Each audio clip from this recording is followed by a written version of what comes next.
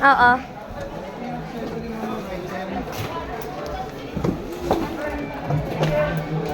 Mas ma'am sa gripo. Mm. Tapos spinner cup yung nilalagay sa spin dryer. Okay, yun dito sa ibabaw. Opo. Tapos mamang saksakan nito ma'am, tatluhan po ah. Hala ka, Lahat ng nilalabas ma'am na appliance na mga bago. puro tatluhan na? Opo, kasi baka mapansin mo wala na yung wire na yellow-green sa likuran. Oo. Sa ground. Ito na yung pinalit ko dyan. Pinaka the best ma'am adapter. Kahit yung regular adapter Hindi ba lang. yan kikislap-kislap? Basta fitted. Otherwise, ano ma'am, saksakan talaga. Na ganito. Parang Pero- sa aircon. Bago. Pero ito naman ma'am, hindi namin sinasuggest yung hinuhugot ko. Kasi ito na, hihila ito eh, kasi hindi naman siya nakalinya. Oo. Nga lang, ang disadvantage, pag nag-brand out, bumalik yung kuryente, imbis yung excess na voltahe pupunta sa appliance, dito dapat napupunta. Kaya So mas safe safe. kung meron ganito. Adapter ma'am, basta fitted. Basta naka-intact ma'am yung paglalagyan. Hindi naman siya nag-spark pala. I-power-test na lang natin ma'am. Kukunin nyo na rin ito ma'am, kung may pupuntahan pa kayo. Hindi yan. Diretso nyo na to. Ito yung spin timer mo, check nyo na lang to. Ayan, running naman siya.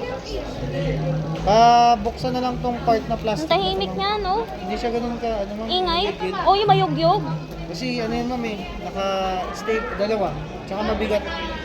Kaya pala. Ito ma'am, may butas, may espasyo yun sa gitna ma'am. Oo. Singawan ng moisture. So open nyo na lang tong part na to ma'am para magamit yung air dry. Okay, Mabilis kasi drying time ma'am pag naka-open to. Kasi singaw ng moisture palabas. tama. Yung washing ito ma'am. Normal, heavy. Normal ma'am, ikot 4. Tapos magre-reverse siya pa kabila. Sige ma'am, check mo. Yung heavy ma'am, mas matagal yung rotation niya. 8. Oh, Magre-reverse siya pa kabila. marami. Tapos pag itatapon nyo naman na tubig ma'am, drain lang siya. Drain lang. 3 lang po iniingatan dito ma'am. Una, yung timer, yung pagka okay na yung paglalaba, ito hindi pa tapos yung binabalik. Wag. Iwasan po Wag yun. talaga. Pangalawa, yung sa spin dryer, di ba may ihahabol kayo? Di ba inaangat ito agad habang umiikot? Although nag-i-stop, di ba?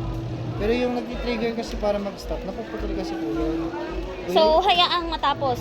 Kung may instances na may ihahabol kayo, imbis na iangat nito ma'am, unplug nyo muna. Okay. Ganon din sa timer ma'am, pag ipinihit ng ganito, pag okay naman na yung paggamit, Unplug. na lang. Tapos, yung overloading, yung 6 kilo dito, ito yung damit, yung capacity nito ma'am, 50 to 80%. Pero maganda, since may overheat protection siya, nalilimitahan yung ganito lang. Okay naman siya ma'am? Baka may tanong pa po sila. Okay na po ito? Plug ko na ma'am.